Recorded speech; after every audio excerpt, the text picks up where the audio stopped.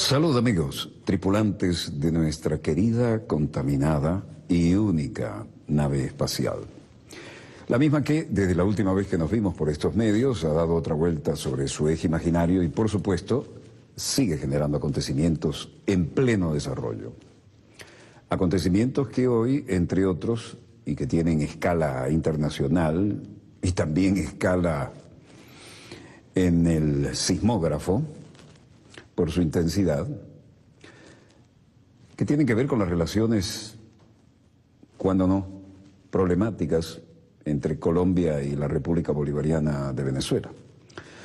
Para ello hemos querido hoy, y nos ha hecho el honor de aceptar, hemos invitado al doctor Luis Brito García. El doctor Luis Brito García tiene un currículum al cual no le haríamos justicia sin tomar por lo menos 25% del tiempo que tenemos para dialogar. Así que diré que aparte de ser abogado, doctor en leyes y además un internacionalista de prestigio, tiene toda una cantidad de capacidades docentes que ya veremos aprovechadas en este espacio y de investigación sobre el tema y especialidades que vienen como, permítame, lugar común, como anillo al dedo a la crisis que nos han fabricado en la frontera. En la frontera y tierra adentro, ¿no? Así que bienvenido, doctor, profesor, amigo, y entremos a la materia. ¿Qué nuevo nos traen los tiempos sobre esta histórica, entre comillas, relación entre Colombia y Venezuela? Bueno, habría que hablar un poco de los antecedentes de la situación actual. Solo recientemente el presidente Maduro hizo una declaración oficial sobre el número de colombianos que residen en Venezuela. Sería algo así como 5.600.000 y somos un país que anda en los 30 millones de habitantes. ¿Qué implicaría esto? Aproximadamente 1 de cada 6 o 1 de cada 5 habitantes de Venezuela es colombiano. La inmensa mayoría de ellos son nacionalizados venezolanos, están integrados de manera plena a la producción, a la cultura venezolana, etc.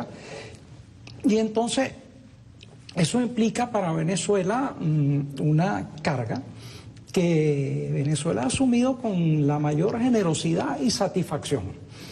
Porque, fíjate, hace poco declaraba el defensor del pueblo, Tarek William Saab, que se habían distribuido unas 800.000 viviendas para necesitados. Y resulta que de esas 800.000 viviendas, 25% fueron distribuidas a colombianos.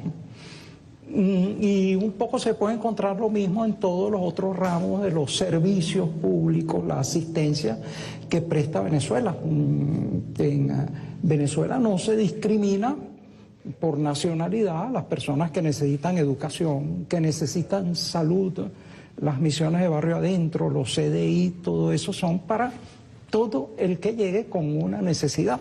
Entonces, uno podría pensar, en todo caso, Venezuela dedica más del 60% de todo su gasto público a la inversión social.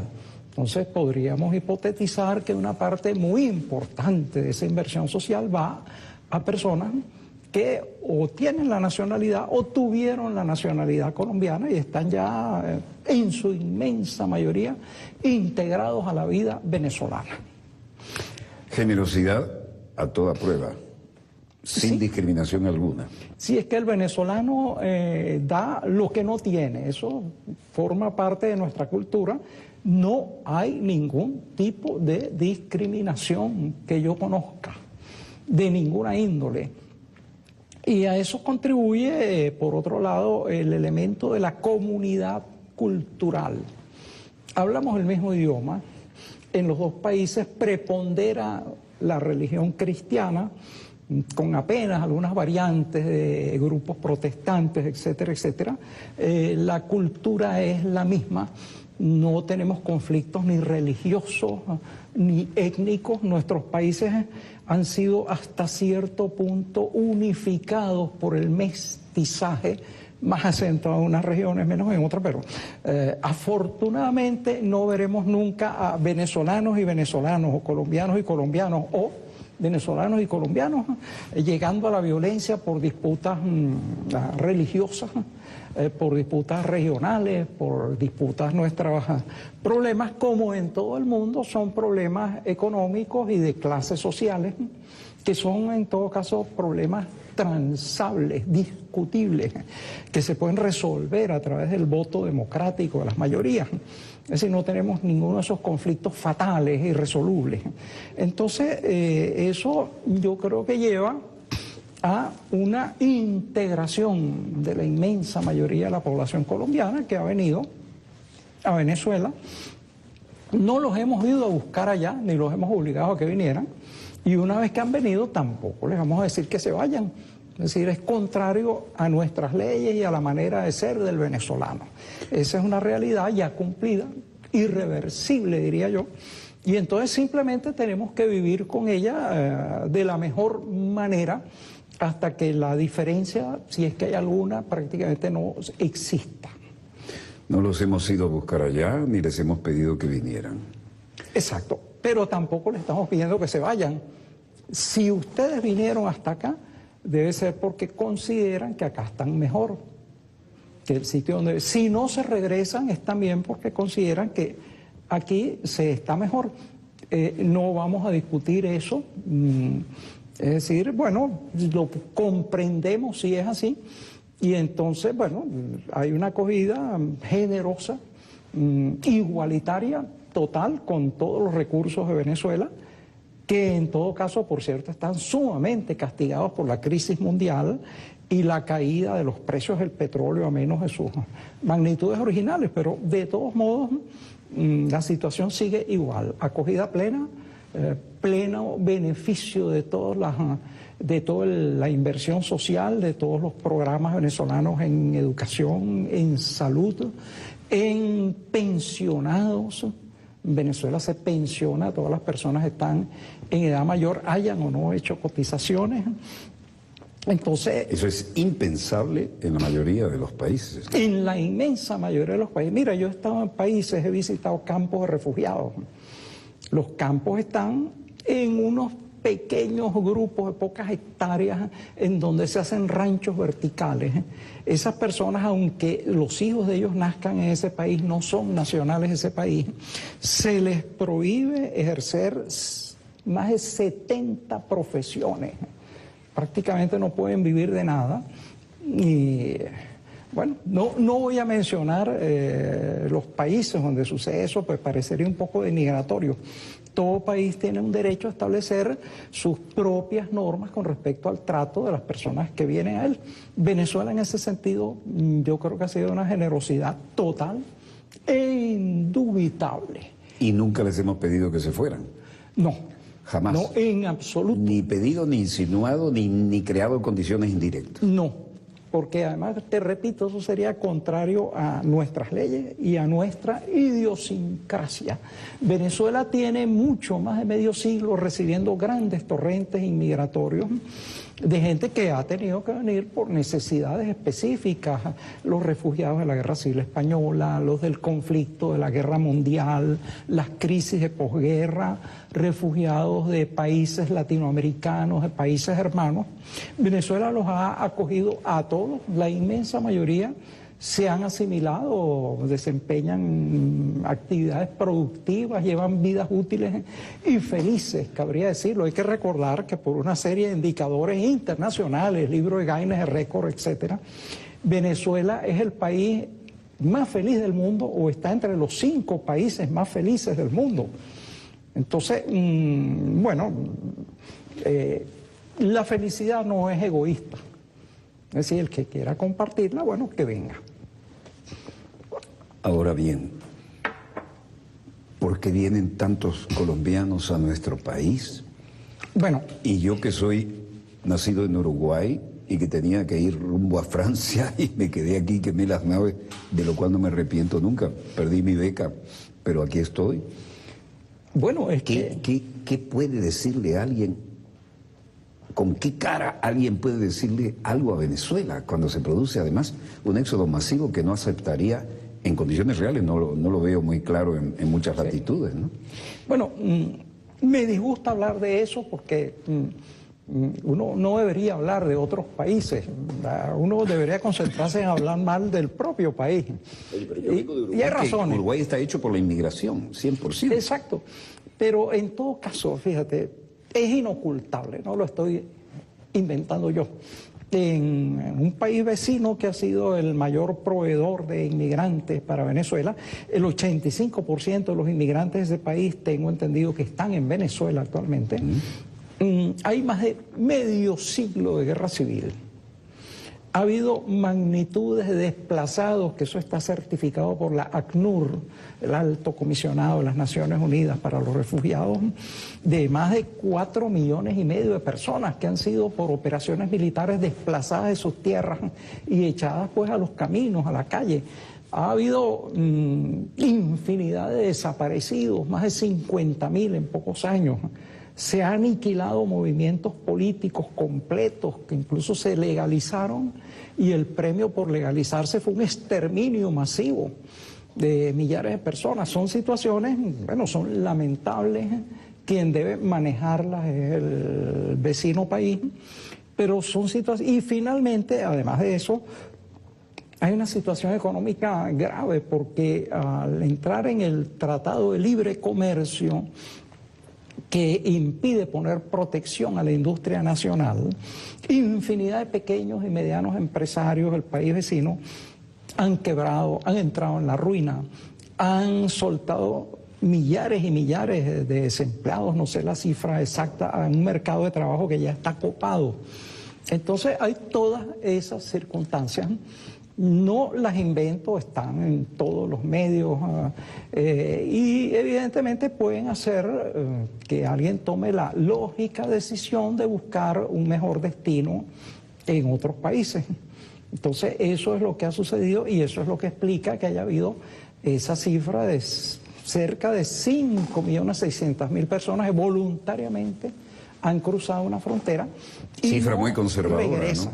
¿no? Cifra muy conservadora. Todo indica que son mínimo 6 millones de colombianos. Podría ser, yo adopto la firma, que la cifra que da el presidente Maduro. Sí. Es de todos modos una cifra impresionante que, te repito, pues implica como la quinta o la sexta parte de los habitantes de Venezuela, admitiendo variantes, es una cifra importante, ¿no? Esas son cosas que pueden cambiar la característica y la idiosincrasia de un país.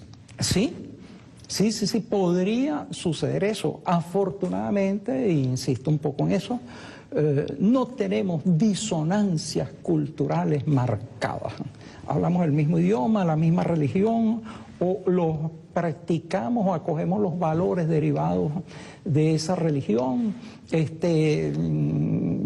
Tenemos gustos musicales parecidos. El vallenato es actualmente acogido por toda la población venezolana, etcétera. Y en el nivel personal, desde luego, yo tengo una profundísima admiración hacia los escritores colombianos, tales como, desde luego, Gabriel García Márquez, pero quien también, cuando era feliz e indocumentado, se ganó la vida aquí. Se ganó la vida en uno de los medios que fue mi escuela, el diario El Nacional, exacto. Y allí pues sobrevivió. Y por cierto que no pudo regresar a Colombia porque los servicios de inteligencia colombiana lo ficharon y había una amenaza a su vida. El hecho de que Gabriel no regresara nunca definitivamente a Colombia tiene que ver con eso. Bueno, hay otros escritores como Manuel Espinosa, Andrés Caicedo, un genio de Cali, que se suicidó a los 25 años después de haber escrito varias obras geniales. Es decir, el sentimiento de admiración hacia los valores culturales positivos no se puede negar, es invaluable. Lamentablemente, junto a esos valores positivos, separados de ellos, hay los cosas crímenes más negativas. atroces, la motosierra, los secuestros, la prostitución obligada, el reino de la cocaína, el país de mayor consumo, el mayor productor de droga del mundo, y la alianza estratégica con Estados Unidos, que tiene la población de mayor consumo de drogas del mundo. Sí. Vaya cordón umbilical. Vuelvo a insistir en que me es sumamente fastidioso decir esto, pero no lo decimos tú o yo. Eso lo dicen las estadísticas de Estados Unidos, los organismos de lucha contra las drogas, etcétera. Es una realidad que existe allí. Y dentro del conflicto que compete únicamente a los hermanos colombianos, ha habido una variante escalofriante que es el surgimiento del paramilitarismo.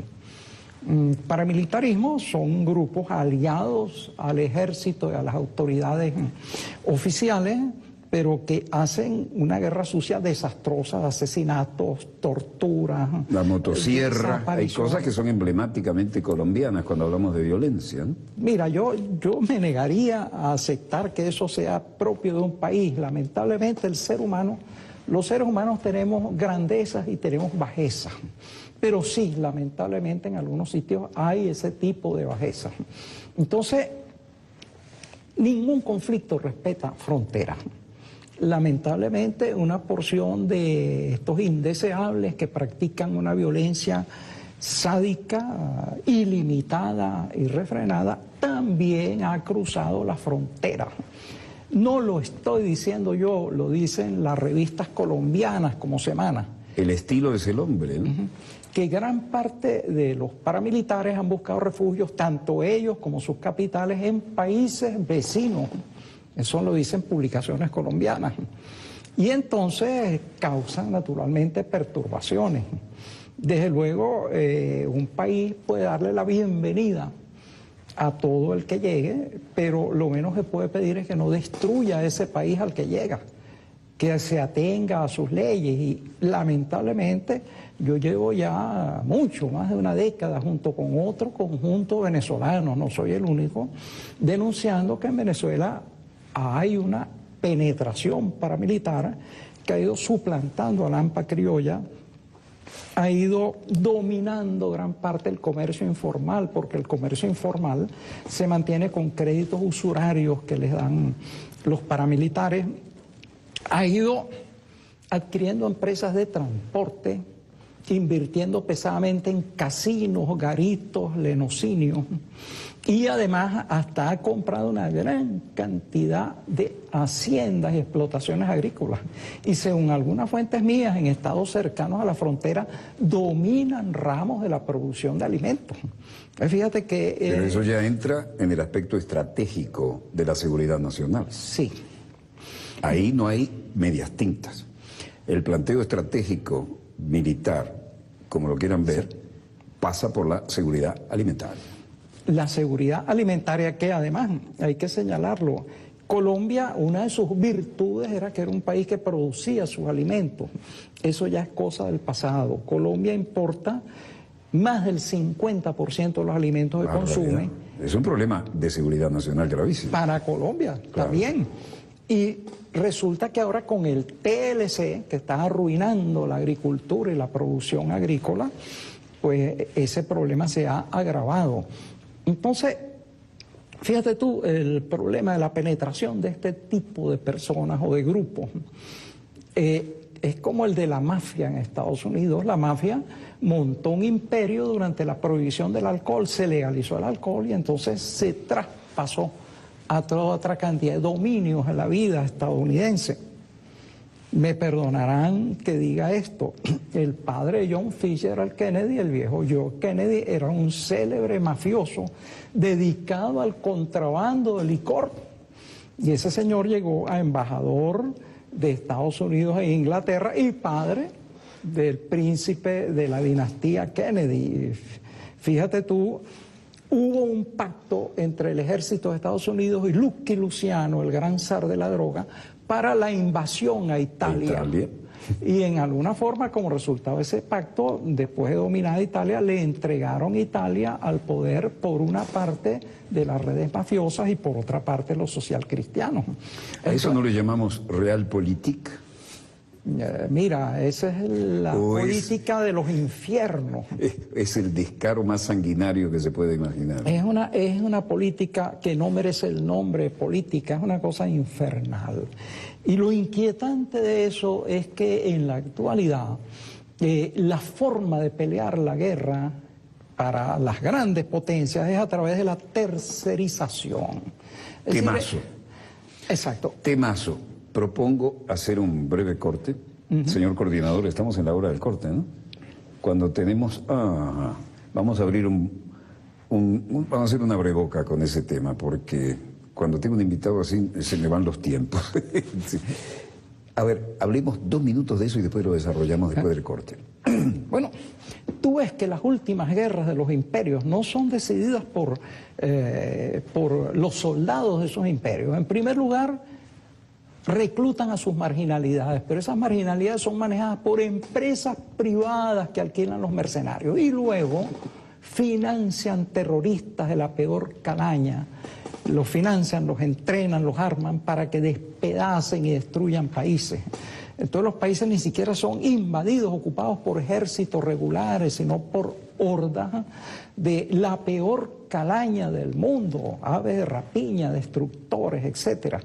Y entonces eso es un problema nuevo y actual. Miremos el Nuevo Oriente, el Mediano y el Lejano Oriente, lo que está sucediendo allí, como hay países que han sido despedazados por hordas de mercenarios que no obedecen a ninguna afiliación nacional, ni ninguna creencia política, ni nada. Meramente aves de rapiña. 2 ejemplos, y los viví personalmente. Conocí, entrevisté y vi cómo gobernaban Saddam Hussein y el coronel Gaddafi, por decir 2 emblemas que cuando resultaban útiles a los intereses occidentales eran bendecidos y cuando resultaron ya producto del cambio, destruidos y sus países atomizados. Sí, y atomizados en el caso de Libia, sobre todo por hordas de mercenarios. Allí la OTAN y Estados Unidos lo que hicieron fue un bombardeo masivo de destrucción del país, pero los que llegaron a pie a destruir, a saquear y a dividir el país fueron estos inclasificables paramilitares. ¿Estamos frente a una escala de valores nueva o necesitamos una escala nueva de valores para entender esto que no obedece a ningún conflicto anterior, por lo menos en los trazos gruesos de lo que estamos viendo ahora? Porque barbarie ha habido, pero creíamos que lo habíamos superado después de la Primera y la Segunda Guerra, ¿no? Yo creo que esto es lo que podríamos llamar la privatización de la guerra. Temazo. Temazo. Breve corte y volvemos con más acontecimientos, perdonen el neologismo, en pleno desarrollo, perdonen lo de temazo, pero me salió del alma. Ya volvemos.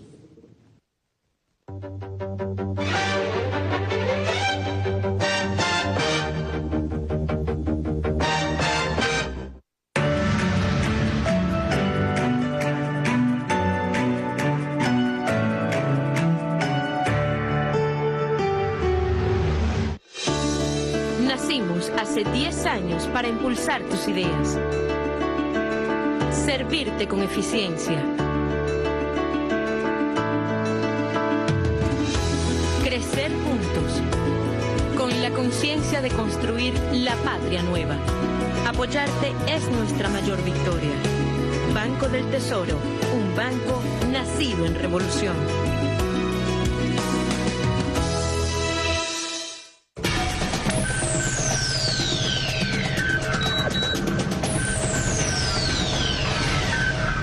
¿Saben lo que es esto? Este gráfico corresponde a la migración de compatriotas y compañeros colombianos que han migrado a territorio venezolano. Eso es parte de la muestra real. ¿Por qué razón alguna gente tiene que emigrar? ¿Por qué el pueblo pobre tiene que emigrar? Datos concretos. Bueno, aquí están. Aquí, en el eje fronterizo, hay 25.049 puestos de trabajo colombianos. Aquí, en este país. Puestos que se los damos a los compañeros con profundo sentido bolivariano, con profundo sentido integracionista. 25.000 puestos de trabajo estamos aquí. Del total de 75.000 puestos de trabajo que tenemos en esta zona fronteriza, 25.000 son de compatriotas colombianos. Que 16.550 personas colombianas acuden a los centros hospitalarios en Venezuela. La solidaridad chavista permite que 18.869 compatriotas colombianos asistan a nuestros módulos de Barrio Adentro. 8.004 compañeros asisten a servicios médicos privados del lado venezolano en la frontera. 2.681 colombianos son gustosamente atendidos y son afiliados al Instituto Venezolano del Seguro Social. 8.517 niños colombianos asisten a los planteles educativos en nuestro país. Esta es la visión integracionista. Estos son los derechos humanos, estos son los derechos sociales. Esto es un pueblo que cree profundamente en la hermandad y en la integración de los pueblos.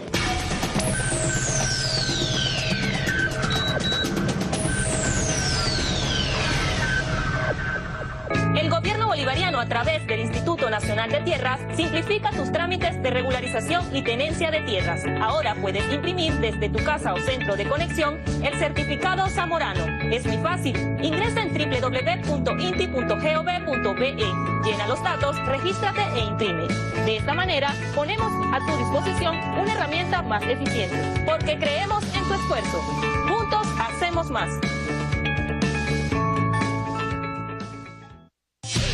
Exploremos los conceptos de las proporciones aplicados en nuestra cotidianidad. La obsesión de los griegos era descubrir la perfección. ¿Dónde estaba la perfección? Conceptos, fórmulas y toda la información necesaria para ampliar nuestro sistema de cálculo. Ese juego de proporciones y desproporciones está presente en todos los elementos de la vida del texto.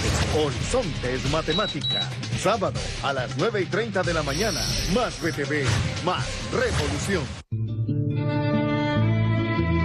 Azul, Blanco, Sepia, de Rafael González, es un montaje basado en las 3 etapas pictóricas de Armando Reverón. Se presentará los días 19 y 20 de septiembre a las 5 de la tarde en la sala José Félix Rivas del Teatro Teresa Carreño. Entradas en la taquilla del teatro. Invita la Fundación Compañía Nacional de Danza.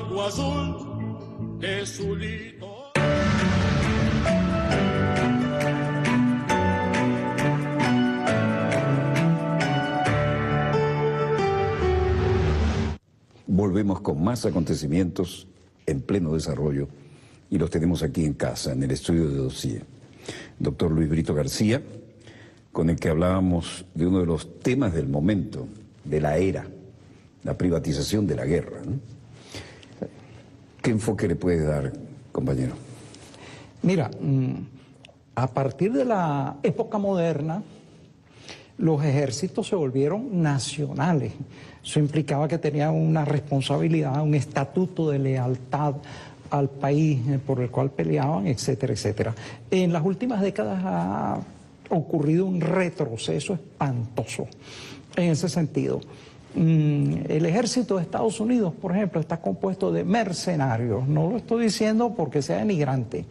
Ya no hay recluta. La gente va porque se le paga para que entre y se le ofrece una tarjeta verde o la nacionalidad, lo que sea. Pero eso ha pasado a una segunda etapa de degradación. Hay compañías mercenarias que se especializan en alquilar carne de cañón, como Blackwater y después otra serie sucesivas. Ellas van por donde sea y simplemente tú les das dinero y ellos te hacen la guerra. Sin declaratoria de guerra, sin estatuto de combatientes, etcétera, te destruyen lo que sea.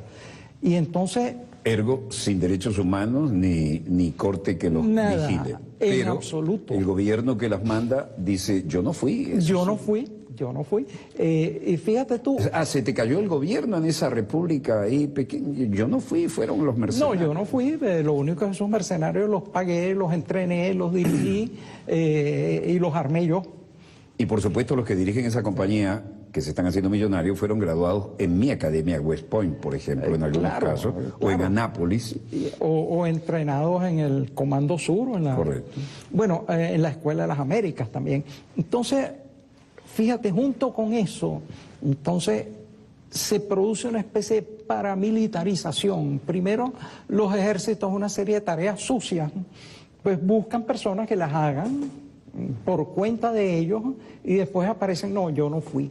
Entonces así se crean estamentos delincuenciales que se dedican a actividades ilegales. Lamentablemente México es un país que admiro profundamente, pero fíjate cómo México está penetrado por una gran cantidad de grupos paramilitares, empezando por los Zetas, etcétera. Centroamérica también, están los Mara, eso es una realidad que está cada vez más apoderándose del mundo contemporáneo. En el Oriente Medio está el mal llamado Estado Islámico. Los musulmanes se ofenden cuando la última entelequia mortal. Sí, los musulmanes legítimos se ofenden cuando se llama eso Estado Islámico. Ellos prefieren llamarlo Daesh, porque para ellos no tiene nada de islámico venderse como asesino a sueldo. Pues, y sin embargo, esa gente está desintegrando países, peleando guerras que supuestamente no existen. Ese es un panorama escalofriante. Y en Venezuela hay una parte de esa realidad. Eso es gravísimo. Sí. Vayamos a fondo con eso. Sí. Sí, es sumamente grave. Fíjate tú que entre las personas que protagonizaron los actos terroristas del año pasado, en los cuales se bloqueaban las vías, se asesinaba a la gente que despejaba los obstáculos, fueron detenidos una cantidad considerable de paramilitares. ¿De qué origen? Mira, de nuevo, pero ya que tú lo preguntas, de la hermana república. Eso no implica que haya Caín también era un hermano, ¿no? Ah, sí. Caín era también un hermano.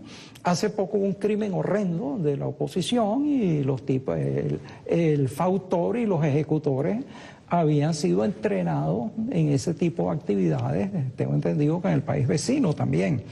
Ha habido cosas espantosas como el asesinato del joven diputado Robert Serra y de su amiga, ejecutados con una hazaña que parecería dirigida a sembrar el terror, que es la forma de actuar y de legitimar esta autoridad.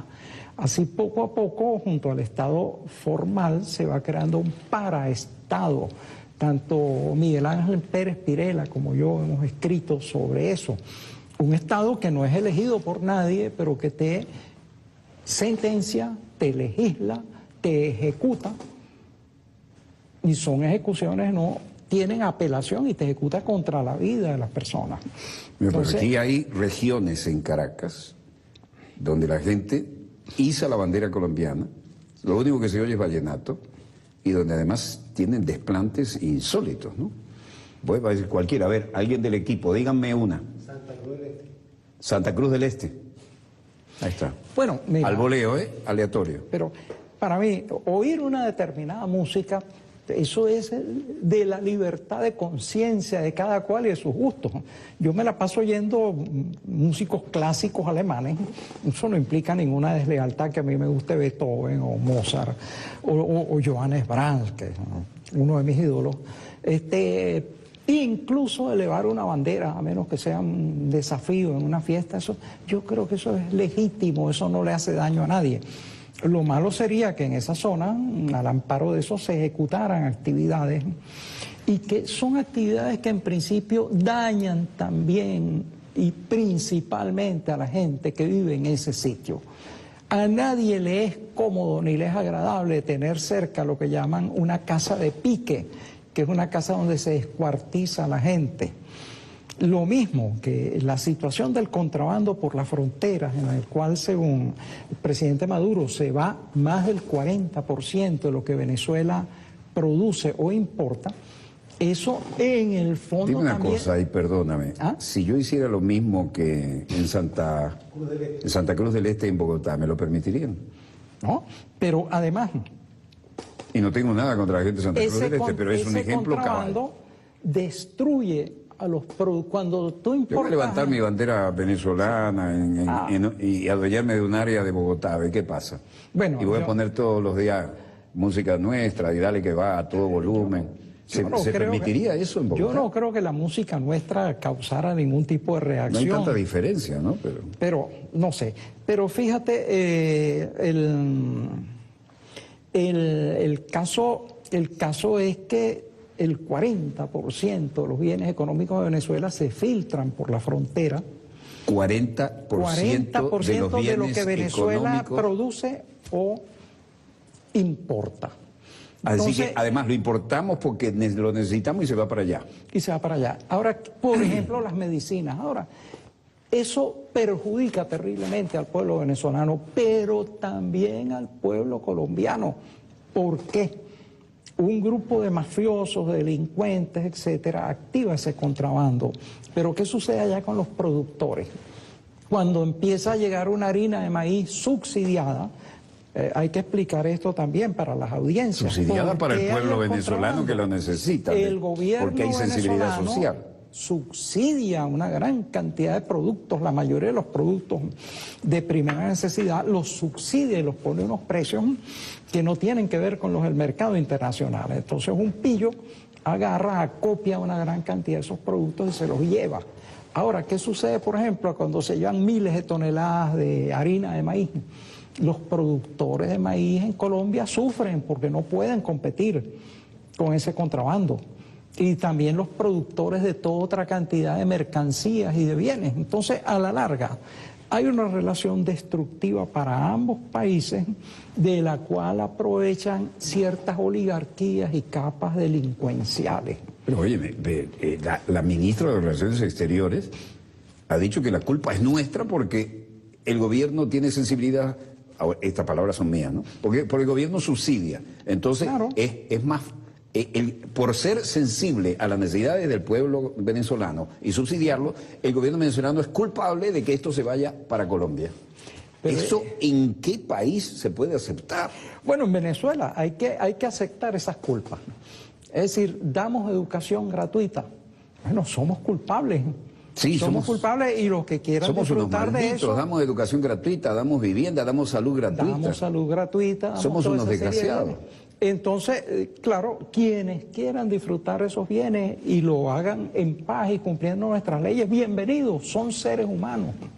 Son seres humanos y la posición del gobierno y del pueblo venezolano es ese.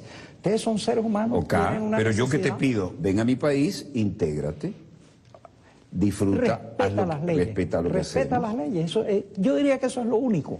Es decir, no vengas a ejercer el crimen, el homicidio, la destrucción. Tipos de crímenes que no se conocían. Exacto. Destruir la juventud con las drogas.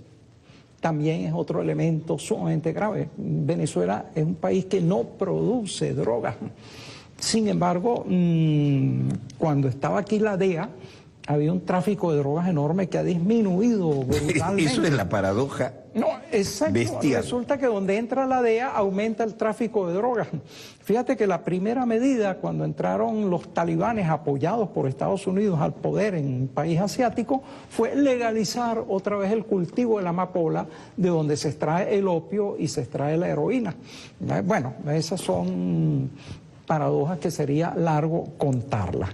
Pero lo cierto es entonces, bueno, lo único que pide Venezuela es, ven acá, participa de todo lo que tengamos, pero no destruyas el país y no te dediques al delito, porque eso no se acepta, ni en Venezuela, ni en Colombia, en ningún sitio se acepta que tú llegues a un país a ejercer actividades delictivas o a transgredir la ley. Eso es un principio universal que no se puede cambiar. Ahora, que Venezuela tenga la culpa de ser generosa porque hay educación gratuita en todos los niveles de la educación. Bueno, asumimos esa culpa. Desde el kindergarten hasta el doctorado y el postdoctorado. Que haya asistencia médica gratuita para todo el mundo, bueno, también asumamos esa culpa. Un ciudadano de Estados Unidos no se puede dar el lujo de tener la educación gratuita desde el kinder hasta el postdoctorado. No puede. Las matrículas cuestan en una universidad más de $40.000. Es lo que cuesta una vivienda. Que cuesta una vivienda, exacto. Entonces, es una cuestión sumamente diferente. Entonces, bueno, yo diría, en síntesis, bienvenidos todos los que vinieron. Tienen todos los derechos de los venezolanos, pero también los deberes. Yo como venezolano me tengo que someter a la ley venezolana, no puedo inventar que porque a mí me da la gana puedo andar por ahí matando gente o incendiando o haciendo cosas así. Entonces eso no es mucho pedir, a cambio de mucho que se da y que se comparte, diría yo. Entonces, esa es la situación, grosso modo, porque si entramos en detalle amanecemos. No, claro. ¿Cómo se sale de esto? Bueno, yo diría que sería bueno que algunos países vecinos también le suministraran a sus poblaciones educación gratuita en todos los niveles, asistencia médica, oportunidades de trabajo, posibilidades de subsistencia. Seguramente que esos flujos migratorios se estabilizarían. La gente va de un sitio porque no está bien en él a un sitio en donde cree que va a estar mejor. Entonces, hay una responsabilidad de los países vecinos también. Nosotros somos responsables de tratar bien al que llega y de subvenir sus necesidades igual que fuera un nacional, y de hecho gran parte de ellos se han nacionalizado e integrado de forma absolutamente plena a la vida nacional. Entonces yo creo que esa es la política. Tenemos que tener una política cultural para enfatizar y hacer más rápida la asimilación y la integración. Pero ¿qué más podemos ofrecer? Dime en qué hemos fallado en generosidad. Yo soy un ejemplo. Bueno, yo creo que lo que podemos es mantener esas políticas. Suceda lo que suceda. Detener específicamente al delincuente, evitar el delincuente. Si alguien entra por la frontera ilegalmente, pues devolverlo a su país o juzgarlo si ha cometido un delito muy específico por las leyes nacionales.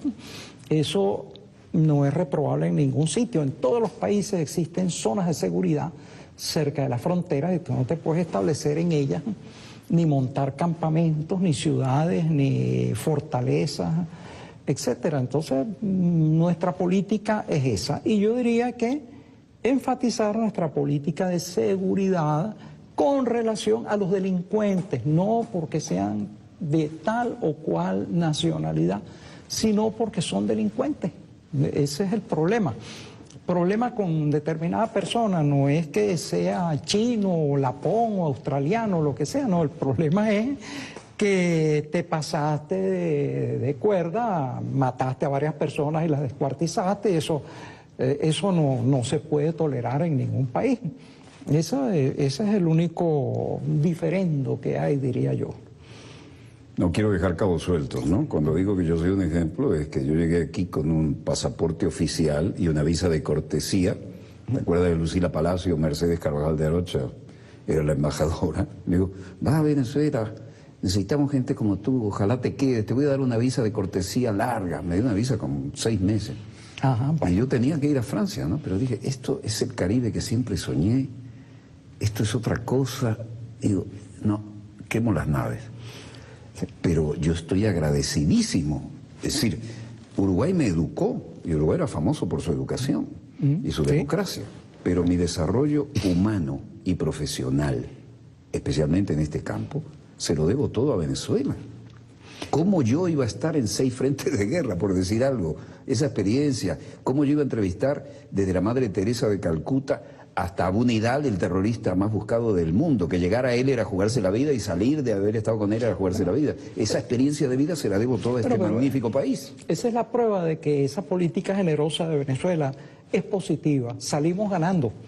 Y yo espero que en muchísimos casos salgamos verdaderamente ganando. Pero acá hay gente que viene, se vale de esto y además habla peste de esto, ¿o no? Bueno, pero en Venezuela hay libertad de expresión, para colmo. Si tú le das, mira, toma educación gratuita, maldita sea, toma medicina gratis, maldita sea, remaldita sea, toma pensiones, esto es un horror. Bueno, ¿qué puedes hacer? Darle un poco más a ver si, o por lo menos reírte. Si se atosiga.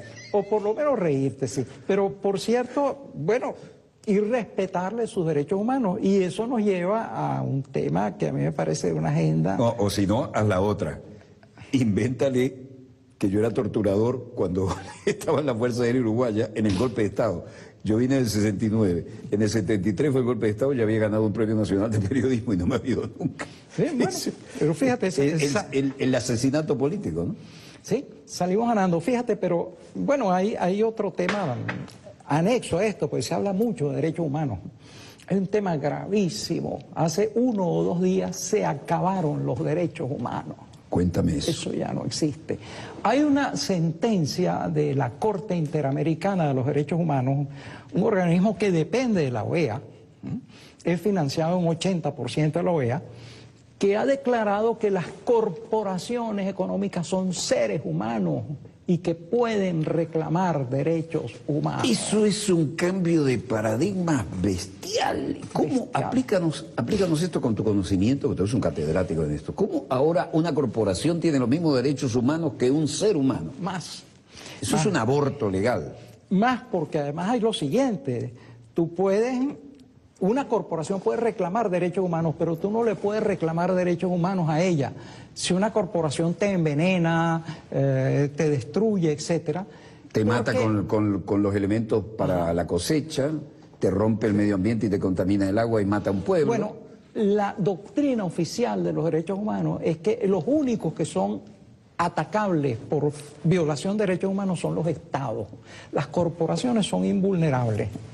Entonces, en primer lugar, son invulnerables, cometan la violación de derechos humanos. Y en segundo lugar, ahora, por obra y gracia de la Corte Interamericana de los Derechos Humanos, son considerados seres humanos.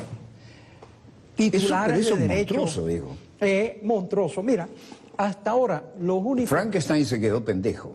Los únicos que podían crear seres humanos a partir de la materia inanimada eran Dios y el doctor Víctor Frankenstein. Ahora resulta que la Corte Interamericana... Salvando la distancia. Salvando la distancia, creó su propio monstruo. Hay corporaciones, son seres humanos ahora. Fíjate, la Convención Interamericana de los Derechos Humanos, para evitar esa atrocidad, en su artículo 1, dice, a los efectos de esta convención, se considera persona natural a los seres humanos. Eso es absolutamente claro y taxativo. Ahora, resulta que no, una corporación de televisión llamada RCTV ahora es considerada un ser humano, y no solo eso, sino que le dieron la razón en un juicio. Eso te implica, por ejemplo, imagínate tú lo que implica considerar a una corporación, una sociedad anónima, ser humano.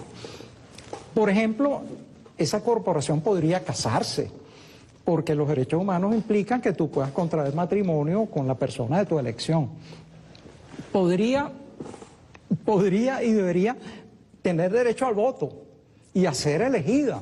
Una corporación podría lanzar su candidatura y ser elegida presidente de una república. Bueno, de hecho, ya subrepticiamente en muchos países hegemónicos las corporaciones en realidad son quienes mandan.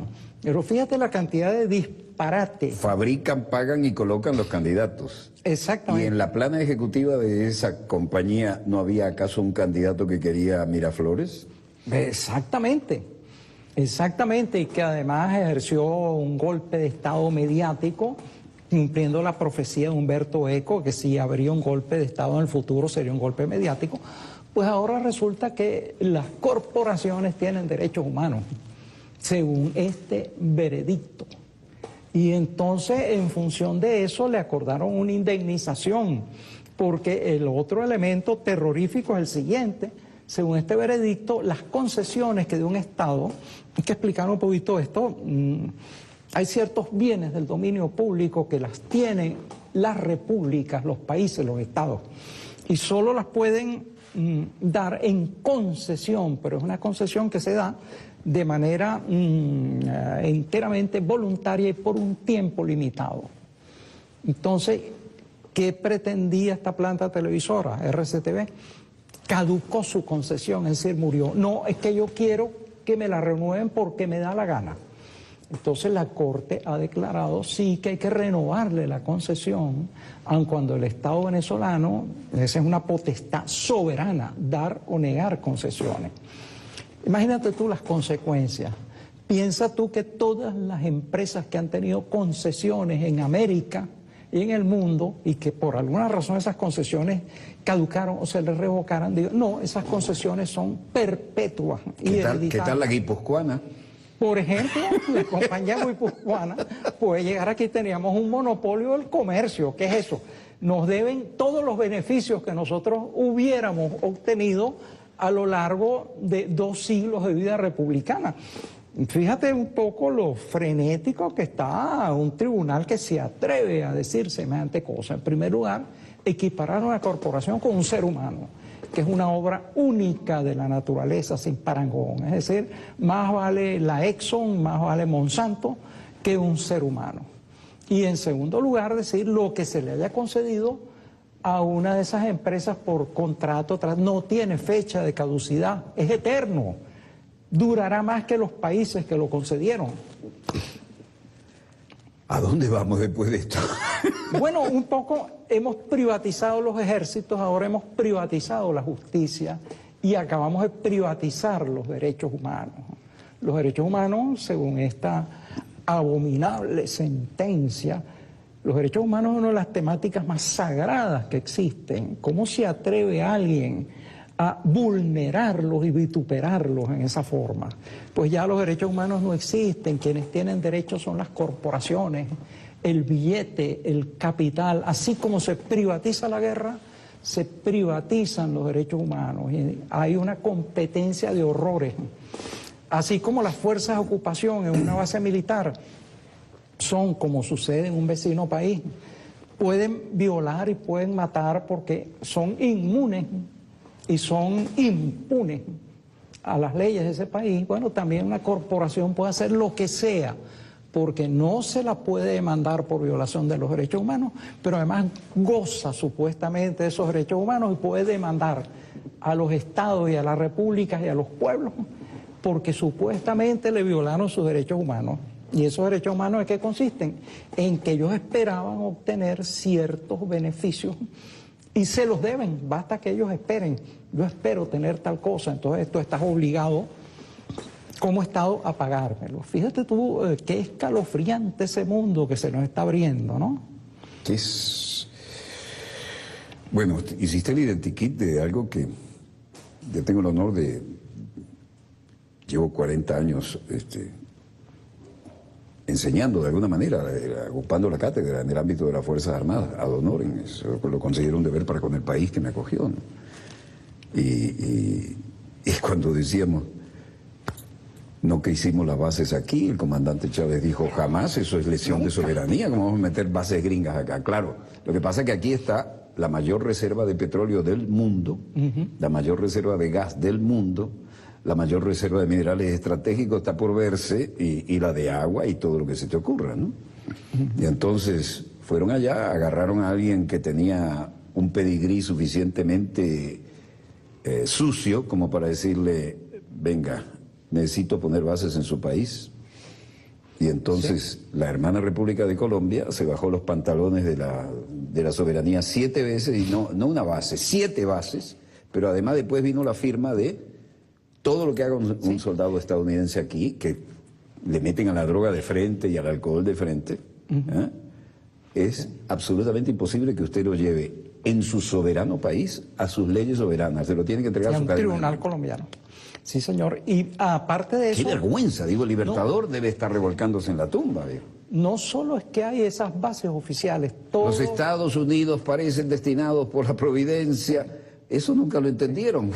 Todos los aeropuertos de ese país son de hecho bases militares, porque los aeroplanos de Estados Unidos llegan ahí, se abastecen de combustible, reposan, se reparan, etcétera. Además, el espacio aéreo, marítimo y terrestre. Y un detalle más. Ahora anunció el presidente Santos que iba a establecer bases de la OTAN, de la Organización del Tratado del Atlántico Norte. Porque así jugamos en las grandes ligas, aunque seamos los que llevamos el maletín. Al kinesiólogo. Sí, entonces, mientras los demás batean y pichan. Es inquietante que exista semejante concentración de poder militar, además de potencias foráneas, ¿no? Extrañas al área latinoamericana. Ahora, ¿por qué? Yo tengo una teoría y la he dicho 100 veces. 4 a 5 días el petróleo, el gas, los minerales estratégicos de Venezuela a Texas. 45 días, 10 a 1, los del Golfo Pérsico. Y los del Golfo Pérsico sí se bajaron los pantalones y pagan protección a Estados Unidos abiertamente, porque saben que se le va la corona, se le va la cabeza abajo también, ¿no? De 10 a 1 las distancias, ¿no? Y la mayor riqueza está aquí. Sí, exacto, y por Qué eso... casualidad que nos metan 7 bases, el traidor Santander. Agresiones contra nuestro país, hay un frente abierto por la frontera occidental, otro por la frontera occidental. Ahora nos fabrican la tenaza, ¿no? Tenemos dos bases de Estados Unidos. Y las bases de enfrente... Las Antillas holandesas. Yo fui testigo cuando el presidente Chávez le dijo a la vuelta de un viaje largo, y cuidado con esto, Walter, pero me siento en el derecho de hacerle justicia, ¿no? Nunca lo había dicho, sino ahora, en estos días, porque Dice, ustedes van a aceptar las bases, yo tengo la información que nosotros hemos rechazado. Y claro, las islas holandesas son parte de OTAN, la corona holandesa. Pues. Sí, sí, sí. Y hay que señalar, por cierto... Entonces tienen el problema del Esequibo, la base enfrente y los traidores al estilo de Santander al lado. Pero hay que señalar que hay actitudes en ese sentido, por ejemplo, la de Correa. Correa tenía una base, Correa tenía Manta. Manta era esencial. Un emporio estadounidense y Correa le dijo, se me van de acá porque y en plazo perentorio. Ecuador es un país soberano. Y se tuvieron que ir, siendo Ecuador un país pequeño comparativamente, y se tuvieron que ir. Es decir, mientras hay países que se abren a la invasión extranjera sin oponer la menor resistencia, pues otros hacen valer su soberanía aun cuando están en condiciones de debilidad comparativa muy grandes, ¿no? Bueno, entonces, esta es la realidad que tenemos y no hay manera de modificar las cosas sino partiendo de un análisis objetivo de la realidad. Nos quedan 2 minutos. Un juego de proyección a futuro. Bueno, un juego de proyección a futuro. Son incalculables las repercusiones de esta disparatada sentencia de la Corte Interamericana de Derechos Humanos. Desde ahora quienes tienen derechos humanos son quienes no son humanos, quienes son inhumanos, las corporaciones, pero son corporaciones que a su vez no pueden ser acusadas de violación de derechos humanos. Eso es terrorífico. Es la privatización de los derechos humanos, lo cual se une a la privatización de las guerras y los conflictos a través de mercenarios, paramilitares y toda esa cantidad de sicarios que ahora asesinan a la humanidad. Y entonces la tercerización de las guerras y la tercerización de la justicia. Es decir, se vale colocar la justicia en otro sitio que aparentemente no sea la justicia de Estados Unidos, pero lo es.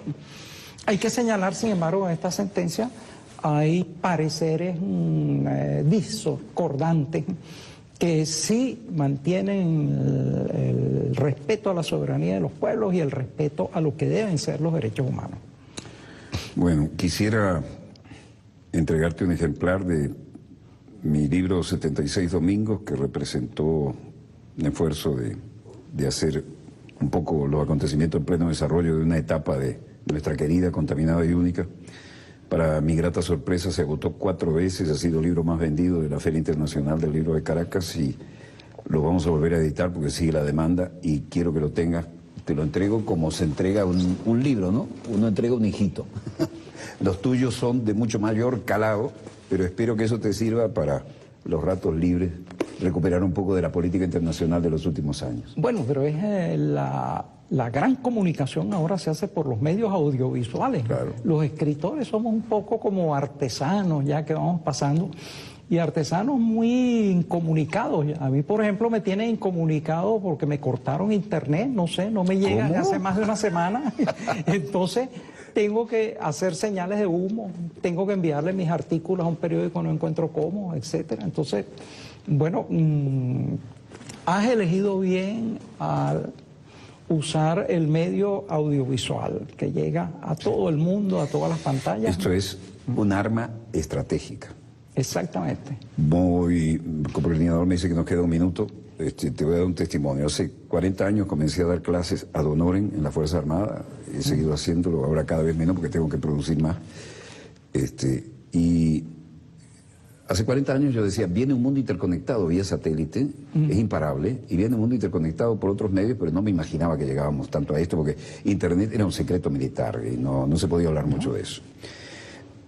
Y cuando eso ocurra, bueno, los medios de comunicación el teatro de operaciones va a tener 2 realidades, el teatro real y el paralelo o alternativo que se refleja en los medios, porque de nada vale ganar acá si no lo sabemos vender en este otro, ¿no? O podemos ir perdiendo aquí, pero si vendemos todavía el concepto, nos queda tiempo, y la maniobra es espacio y tiempo, ¿no? Me miraban como un bicho raro.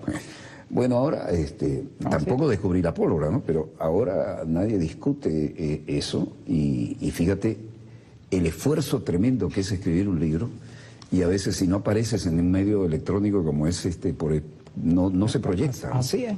Así que te invito a que cada vez que culmines una de tus obras, sirvamos nosotros de catapulta y salgas de este portaaviones a la velocidad suficiente para volar y combatir. Es un compromiso grave porque estoy ahorita terminando como 4 o 5 libros, de modo que... Ven 4 o 5 veces. ¿Cuál es el problema? Estás invitado. Y eso ha sido un honor tenerte aquí. Un honor para mí. Te dejo para que te despidas de nuestra audiencia. Bueno, muchas gracias a todos por compartir estos momentos de conversación, de razonamiento, de quejas, de profecía y sobre todo diría yo que de esperanza, porque se puede perder todo excepto la esperanza. Que así sea. Y como cristianos que somos, es una de las cosas que no vamos a perder nunca. Hasta aquí nuestro dossier de hoy.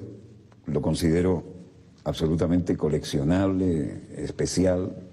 El invitado es el programa y quiero decirles que esperamos que también cumpla con su palabra y venga cada tanto a darnos luces.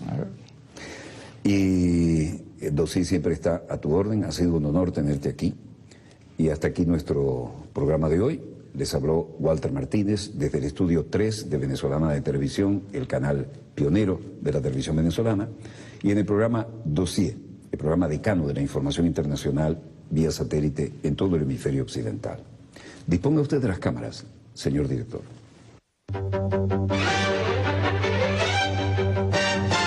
Personas que necesitan educación, que necesitan salud, las misiones de barrio adentro, los CDI, todo eso son para todo el que llegue con una necesidad.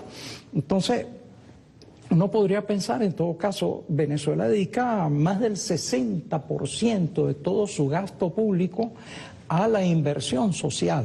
Entonces, podríamos hipotetizar que una parte muy importante de esa inversión social va a personas que o tienen la nacionalidad o tuvieron la nacionalidad colombiana y están ya en su inmensa mayoría integrados a la vida venezolana.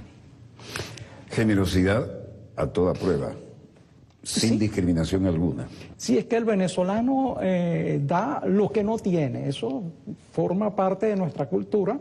No hay ningún tipo de discriminación que yo conozca, de ninguna índole. Y a eso contribuye, por otro lado, el elemento de la comunidad cultural. Hablamos el mismo idioma. En los dos países prepondera la religión cristiana, con apenas algunas variantes de grupos protestantes, etcétera, etcétera. La cultura es la misma.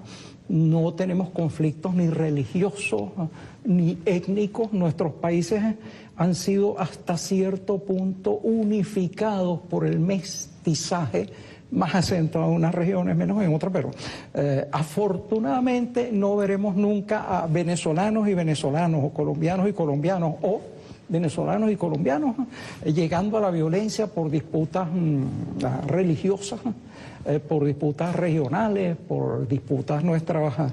Problemas como en todo el mundo son problemas económicos y de clases sociales, que son en todo caso problemas transables, discutibles, que se pueden resolver a través del voto democrático de las mayorías.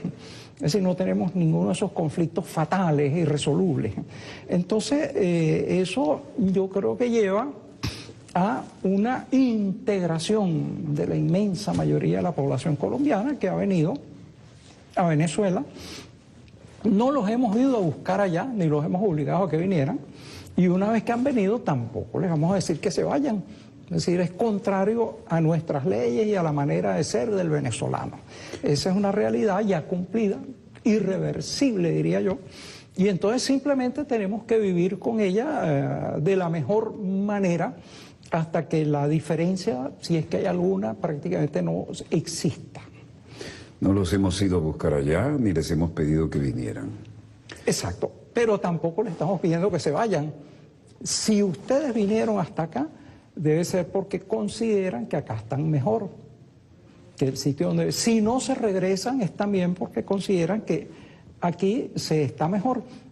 No vamos a discutir eso.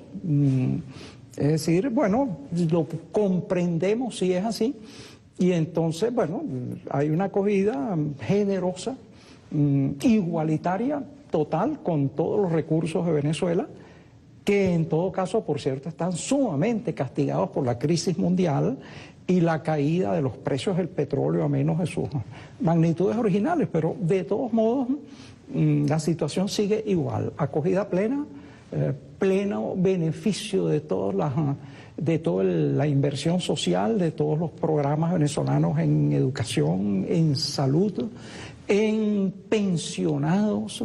En Venezuela se pensiona, todas las personas están en edad mayor, hayan o no hecho cotizaciones. Entonces, eso es impensable en la mayoría de los países. En la inmensa mayoría de los países. Mira, yo he estado en países, he visitado campos de refugiados. Los campos están en unos pequeños grupos de pocas hectáreas en donde se hacen ranchos verticales. Esas personas, aunque los hijos de ellos nazcan en ese país, no son nacionales de ese país, se les prohíbe ejercer más de 70 profesiones. Prácticamente no pueden vivir de nada. Y bueno, no voy a mencionar los países donde sucede eso, pues parecería un poco denigratorio. Todo país tiene un derecho a establecer sus propias normas con respecto al trato de las personas que vienen a él. Venezuela en ese sentido yo creo que ha sido una generosidad total e indubitable. ¿Y nunca les hemos pedido que se fueran? No. Jamás. No, en absoluto. Ni pedido, ni insinuado, ni creado condiciones indirectas. No, porque además, te repito, eso sería contrario a nuestras leyes y a nuestra idiosincrasia.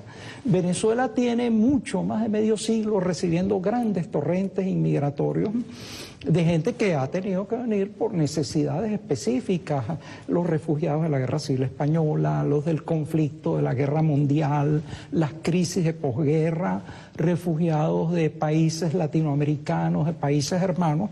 Venezuela los ha...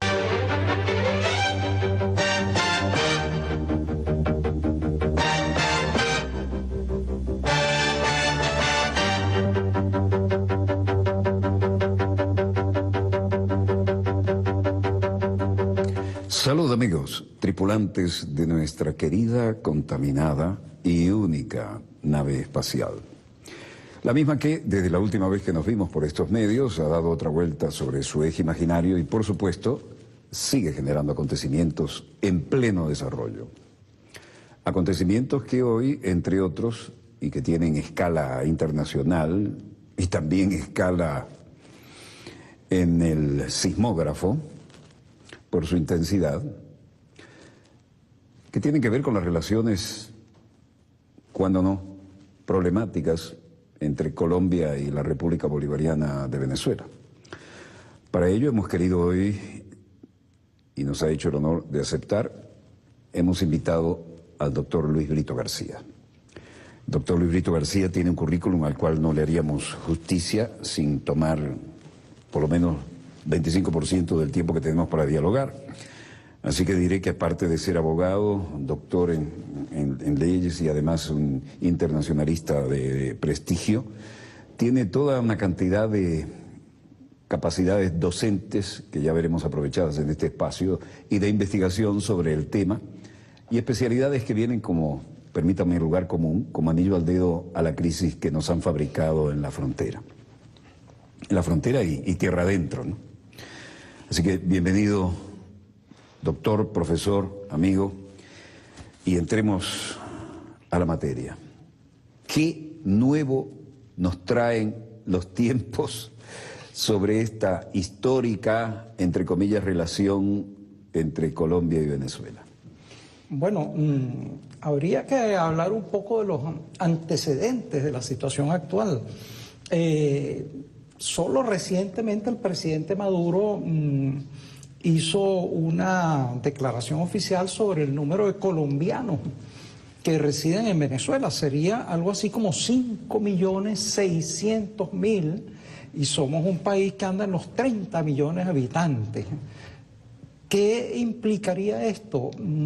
Aproximadamente 1 de cada 6 o 1 de cada 5 habitantes de Venezuela es colombiano.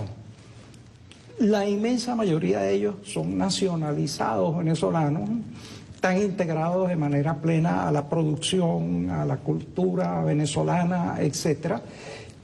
Y entonces eso implica para Venezuela una carga que Venezuela ha asumido con la mayor generosidad y satisfacción.